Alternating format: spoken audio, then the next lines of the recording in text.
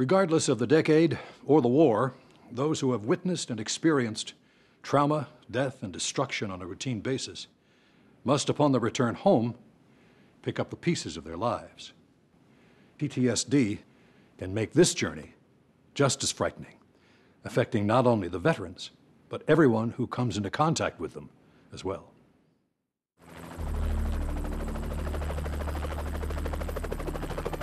At first, when you first come home, you don't really think about it.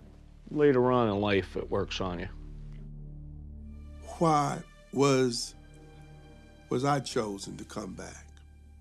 Why couldn't I have died and not have to, in reality, try to explain what I'm explaining now? People respond very differently to the experience of combat. But we do know that the more profound the combat exposure, the more likely it is that people will, in the end, develop PTSD.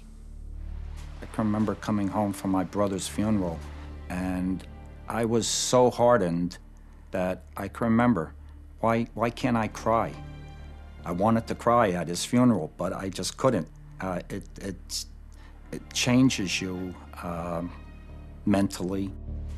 If the combat is profound enough, if the experience is profound enough, anyone will be affected. Post-traumatic stress disorder, PTSD, is an experience that is a response to catastrophic, overwhelming, life-threatening events. That's the key trauma experience. Anyone who's been in that experience will have some repercussions. When I first got home, I could get into fights at the drop of a hat. Got to the point where, I didn't think I was the one that had a problem. I pretty much blamed everyone else. I started having a really big problem with authority because it's like, you know what? I don't remember seeing you in Iraq, so why the hell should I listen to you? PTSD is sometimes called an invisible wound because it's a series of symptoms or problems that people have after experiencing a traumatic event that are just as real as any other kind of wound, but are not something that you can capture in an X-ray or a blood test. We also see the avoidance symptoms, and the avoidance symptoms are, some people have called those the most characteristic symptoms of PTSD. It involves a lot of times a shutting off of emotions. I'd lock myself up for days and weeks and months, and till the next thing you knew, I couldn't go out anywhere. I'd just sit home by myself. I find that sometimes it's really hard to make eye contact with people, especially if I'm talking to someone in a crowd, because I'll just be looking who's doing what, who looks like kind of suspicious, who's being a little loud, who's maybe trying to distract attention. And it's really difficult just to sit there like, I guess, a normal person, but just to sit there and enjoy having lunch with a friend, because you're just kind of like that hyper awareness all the time. So I actually used to have my gun very close to me in the bed, which my wife didn't like too much. It got her nervous a lot. The arousal symptoms are those things where the person is keyed up all the time, having to be on guard all the time, be aware of any changes that might be happening in the current environment. I find it hard sleeping at night. I go to sleep, but then I wake up and my mind starts going. It's affected every aspect of my life, like things I didn't even realize it affected. I mean, I knew I wasn't sleeping. I knew that I shouldn't be waking up yelling.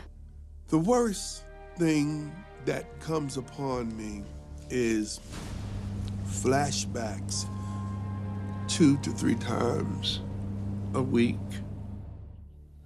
Maybe it only lasts a split second, it was just something that didn't want to see happen over again, and it was happening in your mind, It was at a very thin line from becoming insane. I mean, I came back and I felt like, hey, I'm alive, I should be grateful, I've got all my fingers and toes, and I know there's plenty of people that didn't, but there's still something always missing, something you can't get back, and you just don't know where it is. You try looking for it, and you don't know where to find it. Sometimes you just think, maybe I should go back there, and that's where I'll feel whole again. That's why you hear of war veterans that drink and drug They're trying to hide from something, just like myself. I've done everything the book says a shell-shocked soldier will do.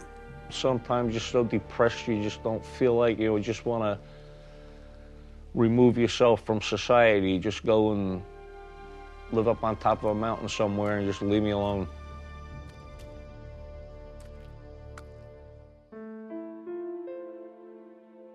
I guess I got fascinated with death and suicide, and I came very close to hurting myself. Very, very close. I would have never thought that I would have been in that situation, thinking that my husband was thinking about committing suicide. I felt very betrayed.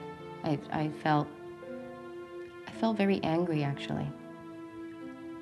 To myself, my thoughts were, how could a person that says that they love me so much, that had a child with me, would be thinking of committing suicide, leaving me? A lot of abandonment issues came to play, and a lot of fears came up. Post-traumatic stress disorder can affect the family in a number of ways. It can lead to a lot of family conflict, and so you'll see things like that, sort of an excessive need for order, or a lot of times people with PTSD also have anger problems. So if somebody is already sort of at the threshold of irritability and anger as they go through their day-to-day life, then as small things come up, they may have a tendency to overreact, to get really upset with their children, with their spouses, with their friends. So that can then affect trust and relationship functioning. I had to grow up faster, had to take on a different role for my family and become the person who kept them united while he was dealing with this situation. Constant depression, rage, anger, abusive in his manner of speech, and it was just out of control. I would rarely see him. He would come and go. Didn't know where he was going, wouldn't talk to me, wouldn't let me know what was going on. It was very hard to connect with him. I was afraid of my father. I was a soldier under him, you know, because that's the way he still ran his life, you know. Fear was absolutely in our household at all times. Fear of an enemy, fear of some kind of attack on the U.S., fear that our friends wouldn't understand. I thought that it was me, that I didn't know how to hold a relationship. I felt like a failure. You know, what am I doing wrong? Why am I making him angry, you know? What am I doing? Stay away from him. Just do nothing. Just don't bother him. And we'll all be okay. But we really weren't, because we weren't communicating. Next, the long road to recovery.